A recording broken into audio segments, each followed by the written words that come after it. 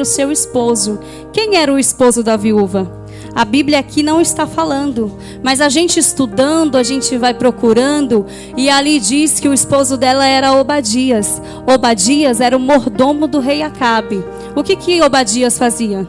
Jezabel, esposa do rei Acabe, queria matar os profetas. Obadias foi e escondeu os profetas. Esconderam 50 numa cova, 50 em outra cova. E ali eles alimentavam com pão e água.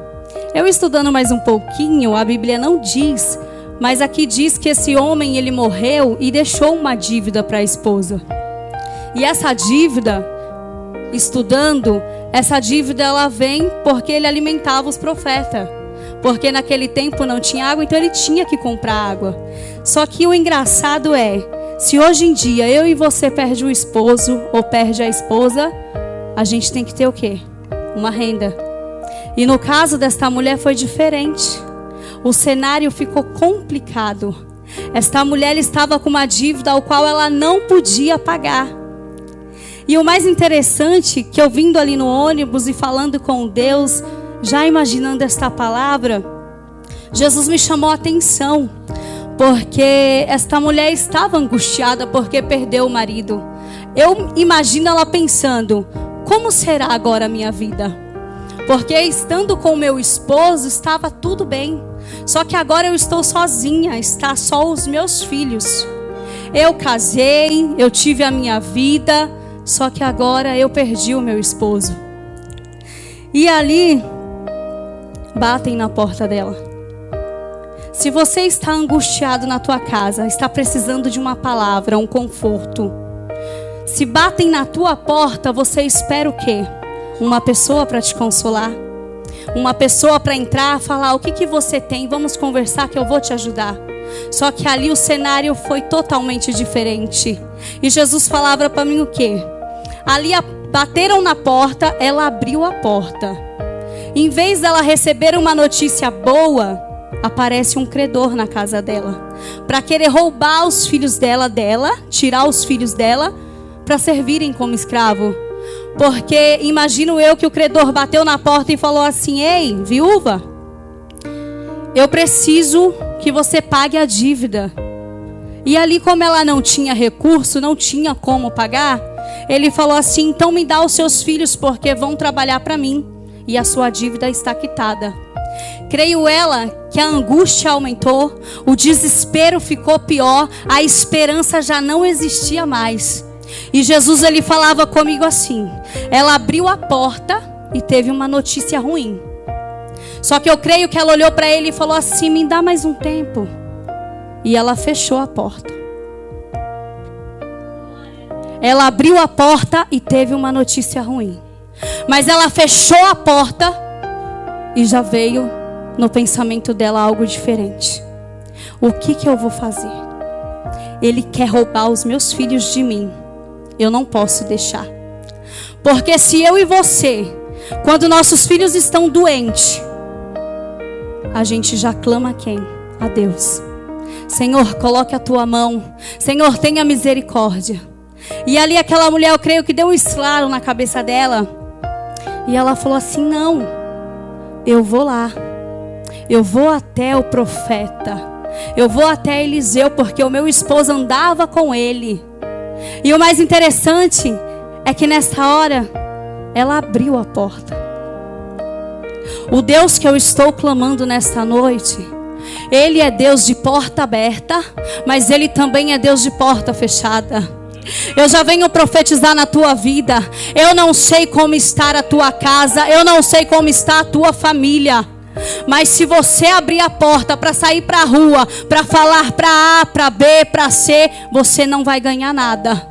Mas se você fechar a porta e ter uma atitude diferente, Jesus, ele vai entrar no cenário. Esta mulher, ela abre a porta e vai até Eliseu. Ela chega até Eliseu e fala: o meu marido, o teu servo, ele temia ao Senhor. Creio eu que ali ela foi mais profunda. Ele andava contigo. Ele tinha mais tempo para a obra do que para casa. Só que eu não tiro isso dele porque ele estava fazendo a obra de Deus. Eu gostava de ver o meu esposo ao teu lado, caminhando, cuidando, profetizando. Só que agora eu estou numa situação que está muito difícil para mim. O que eu faço? E ali ela falando com Eliseu, o mais interessante é que ela falando, eu creio que ele estava pensando, falando com Deus, o que eu vou fazer com esta mulher? É assim quando você chega com um problema para os seus pastores. Ali no momento vocês vão falando, e eles não sabem nem como te ajudar. Mas vocês estão no lugar certo. Porque se eles não podem, Deus pode. Jesus vem dar o discernimento na hora e eles falam contigo. E ali não foi diferente. Eliseu, ele foi ali orando com Deus em pensamento. Creio eu que ele nem sabia o que ia acontecer na vida daquela mulher. Mas ele olha para ela e fala assim: o que tem eu contigo? O que você tem na sua casa? Ela diz: a tua serva não tem nada, a não ser uma botija de azeite. E aqui eu pensando, ele perguntou o que ela tinha em casa.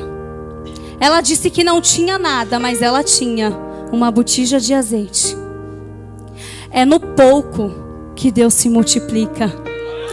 Talvez você está na tua casa, está se arrumando e fala: ai Jesus, eu não tenho um vestido para ir para a tua casa. Mas você abre a porta do seu guarda-roupa e tem 5. Vamos dar valor às coisas poucas. Vamos dar valor para o pouco que Deus ele se faz no muito. Ali ela estava tão desesperada que ela nem imaginou que aquele pouquinho de azeite ia ser multiplicado. Creio que Eliseu olhou para ela, pastor, e falou assim: nossa, você não tem nada, mas você tem, porque você falou que tem uma botija de azeite. Ela escutou a voz do profeta. E nesta noite eu venho falar para mim e para você, que venhamos dar valor às coisas pequenas, mas que também venhamos escutar o que o profeta diz. Porque hoje um profeta pode estar profetizando para você, mas amanhã você pode estar profetizando para alguém. E ali esta mulher, ela foi para casa. Creio eu que ela foi pensando, porque quando a gente recebe uma profecia, às vezes a gente teme ao Senhor. A gente fala: nossa, mas será que vai acontecer? Será que é isso mesmo?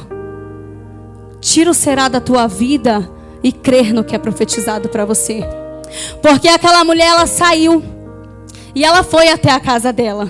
Ele falou: pega vasilhas emprestadas, fala com seus filhos, vai em cada vizinho, pede vasilhas, não poucas, muitas vasilhas. E eu creio que ela ficou imaginando: para que vasilhas? Naquele pouquinho de azeite. E eu creio que ela obedeceu e entrou novamente dentro da casa. E mais uma vez ela fechou a porta. Só que antes dela fechar a porta, foram aparecendo vasilhas, mais vasilhas. Creio eu que ela ficou olhando. Meu Deus, não cabe mais. O que vai acontecer? Só que peraí.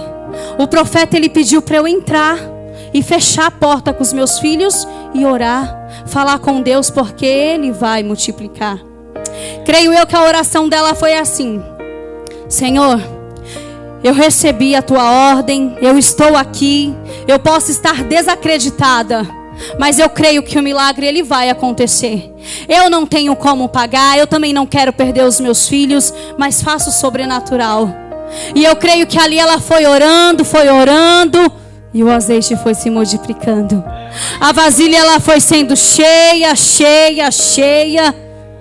E quando ela olhou, o cenário já estava diferente.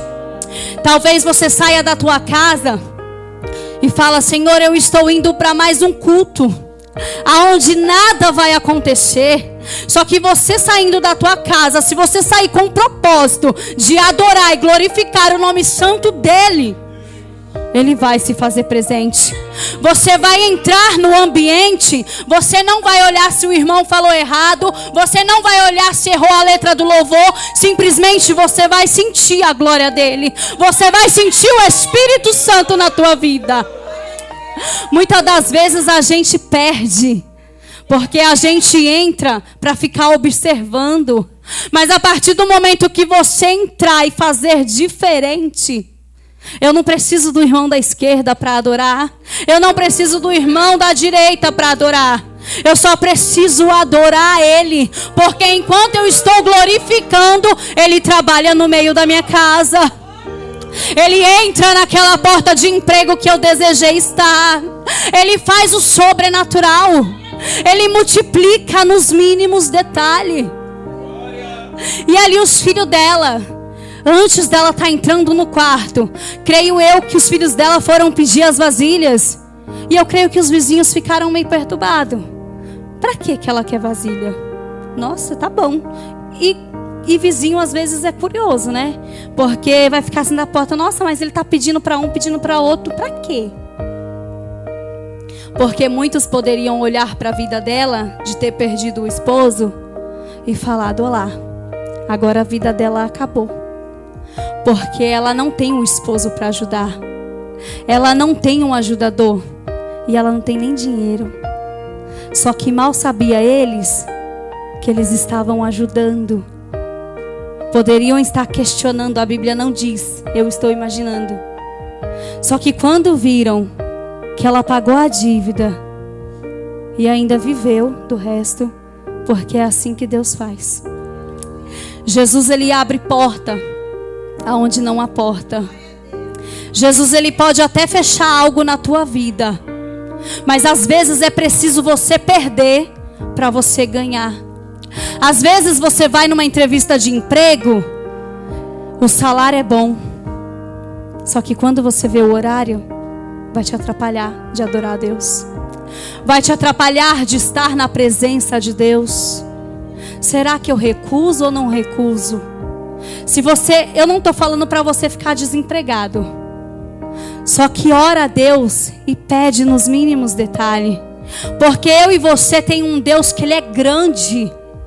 E Deus, ele jamais vai te dar algo para que você venha se arrepender. Jamais Deus vai te dar algo para que o Espírito Santo saia da tua vida. Ora a Deus em silêncio.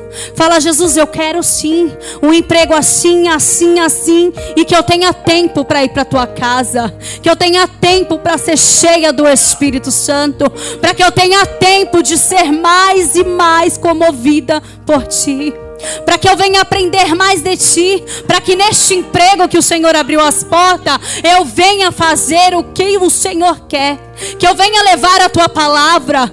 Porque muitas das vezes tem pessoas do nosso lado precisando de algo. E eu e você olha, parece que é nada. Mas se você der um abraço, se você olhar e falar: Jesus te ama, as lágrimas caem no rosto.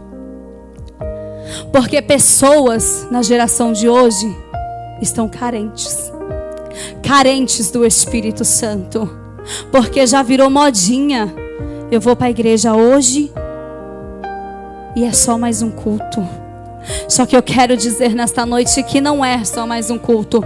Se você entrou nesta campanha com um propósito, termine essa campanha e o milagre, ele vai surgir sobre a tua vida. Ele vai surgir. A Bíblia diz que Pedro estava ali pescando e ele não pescava nada. Creio eu que ele ficou ali apavorado. Não tenho mais o que fazer, eu vou embora. Só que ele encontra Jesus lá na beira. E Jesus fala: Pedro, volta. Mas para que eu vou voltar se eu não conseguir nada? Ah, não vou não. Vamos, Pedro. O que acontece? Ele volta, joga a rede. Ah, não, mas aqui não tem peixe. Será que eu e você pede algo para Deus e fala: Jesus, não, eu já pedi e não aconteceu nada. E Jesus está falando para você: vai de novo, vai por esse caminho, continua neste caminho, porque quem está falando com você sou eu. E ali Pedro obedece e joga. Creio eu que o barco deu uma balançada. Por quê? Porque o peso, quando ele puxa aquele tanto de peixe. Então nesta noite, meu irmão, seja dependente de Deus. Seja dependente de Deus. O homem, ele pode te prometer 1000 coisas. Ele pode se arrepender, ele pode virar as costas para você. Mas Jesus, ele não se arrepende. Jesus, ele olha para você com um olhar diferente. Jesus, ele fala para ti nesta noite: somente confia. Confia, confia, porque eu estou no barco. É eu que estou no controle da situação. Eu ainda não perdi o controle. É eu que cuido da tua vida. É eu que cuido do teu deitar, do teu levantar. Pare de questionar Deus. Pare de questionar e somente adora. Tem dias que acordamos diferente. Tem dias que tudo acontece na nossa vida. Quando eu recebi o convite, porque é assim, mulher sabe. Você recebe um convite para ir numa festa, ou até mesmo na igreja, e a pastora falou: você vai ministrar, escolhe o dia. E ali já veio a roupa no meu pensamento. Eu falei: eu vou com esse vestido, vou assim, vou assado. Aí esfriou. Eu ia vir de vestido para passar frio? É Deus que manda? É você que manda ou é Deus que manda? Porque o amanhã só pertence a Ele. Talvez você está aqui e pode estar pensando: amanhã eu vou fazer isso, vou fazer aquilo. Só que você não sabe como vai ser o dia de amanhã. Talvez você acorda indisposto. Talvez você acorda elétrico, alegre. Igual eu chego no meu serviço todos os dias. Posso estar triste, posso estar com problema, mas eu dou bom dia com alegria. E todo mundo fala: por que você é assim? Será por quê? Porque eu e você tem um dono. É um dono que em meio à tempestade, em